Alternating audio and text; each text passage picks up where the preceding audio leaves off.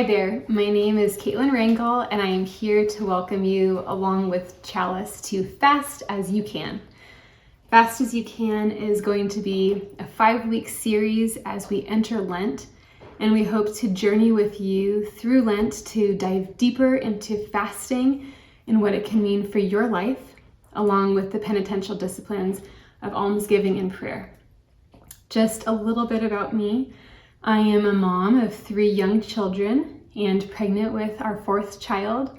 My husband and family and I live in Southern California, and I have a background in ministry, though right now I'm enjoying doing lots of writing for families to help families, maybe like your own, grow in their faith, and also helping my own family cultivate habits that help us to grow in our relationship with food in a way that is healthy and holy.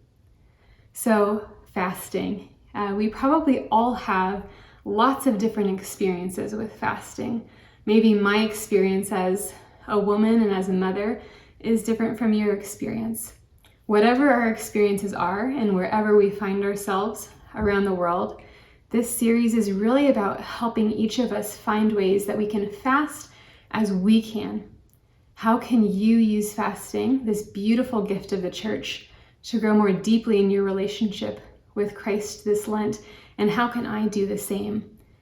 So you may have heard it said that fasting does for the soul what food does for the body.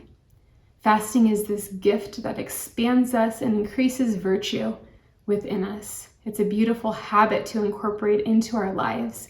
But how do we do so? You know, some folks do intermittent fasting, and maybe they just started that for health reasons.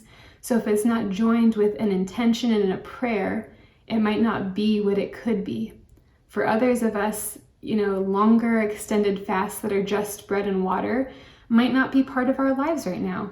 Maybe for mental or physical or spiritual reasons, it's not something that we are prepared to take up. So how can each of us fast as we can this Lent?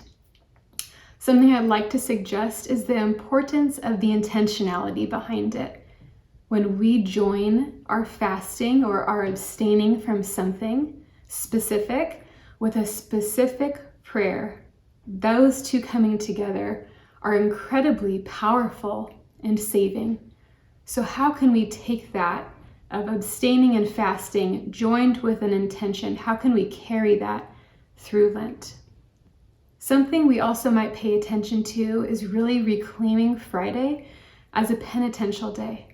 So every Friday, turning our minds and our hearts and our bodies toward the cross, toward Jesus who suffered and died for us. And how can we use fasting or abstaining from food with different practices of prayer and service to really deeply enter into that mystery and into that gift? Perhaps you are taking on a more extended fast. Maybe you decide to eat one meatless meal, like a lot of people do for Ash Wednesday and Good Friday.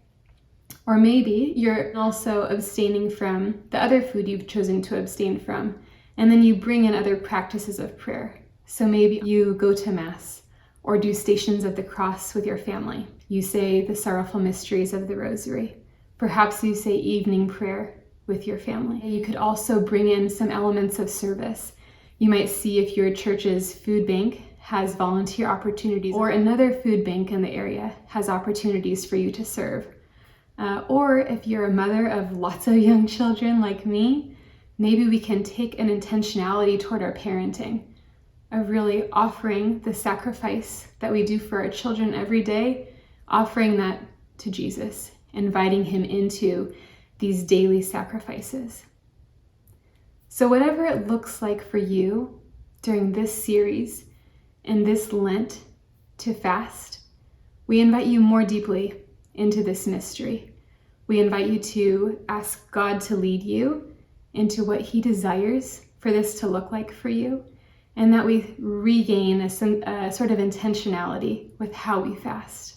So along with Chalice, I welcome you to Fast As You Can. We look forward to seeing what God does within you and through you by diving more deeply into this beautiful gift of fasting.